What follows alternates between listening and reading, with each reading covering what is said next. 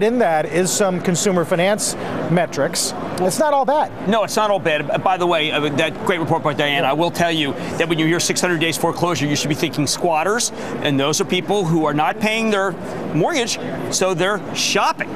I mean, I know that sounds odd, but listen, we've got a squatter economy and we have an off-the-books economy, and they are generating some of the better numbers. By off-the-books, you mean people working jobs? Well, look, if you don't want to, the employer wants to avoid all the Obama regulations, okay, or the previous ones, and the employee wants cash. And look, we're developing an economy that's an underground economy. It's never been the way America's done. It's the way business is reacting. It's the way people who need jobs are reacting. Off the books and squatters are income producers when it comes to retail. Dow's down about 31 points. Bob Pisani here, looking at Speaking of a squatter economy, you've seen the economic news out of Europe. PMI in Europe down again. We're heading into recession territory. China PMI down as well. So the patience in Europe's on the operating table. I'm a little more optimistic than you. I'd give it a little better than 50-50 because, and I'll tell you why, Mario Draghi gets it.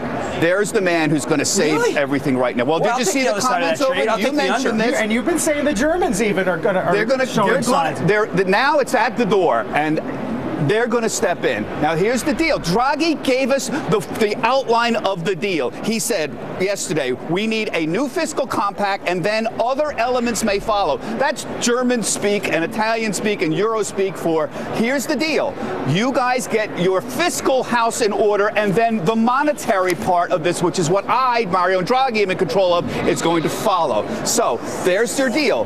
They're going to agree to some kind of accelerated attempt at a fiscal union, tighter fiscal control, what the Germans want. That's the German end of the deal. They're going to try to accelerate that. Then they've got to accelerate that. Did you see Martin Wolf this morning in the Financial Times? Yes, he had a great article. Martin Wolf is a great commentator. He said, these people who are insisting on treaty changes that are going to take 2 years is like having a patient dying on the operating table, and the doctors are trying to figure out how to get him on an exercise program to prevent the next heart attack. It's nonsense. We've got to have an accelerated way to get that fiscal discipline that the Germans want, and that's what they're going to deal with December 9th. That's the only thing on the agenda. Then when they get that, then the ECB is going to step in.